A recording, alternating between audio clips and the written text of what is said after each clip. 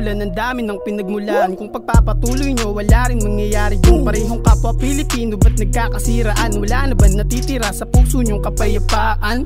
Kailangan pa bang pumatay? Ba't nyo nilalagay ang batas sa sarili nyong kamay? Meron naman tayong mga tinatawag na gabay, sila na ang bahala kung saan ilalagay. May mga taong matindi ang pagkakasala, grabe talaga kung maggala sila'y malaya. Ganto ba talaga nagagawa kapag may pera? Kahit mga korte kaya din nilang madaya. Marami ring rason, eto ang tanong, bakit nyo sila hinahayaang malulong?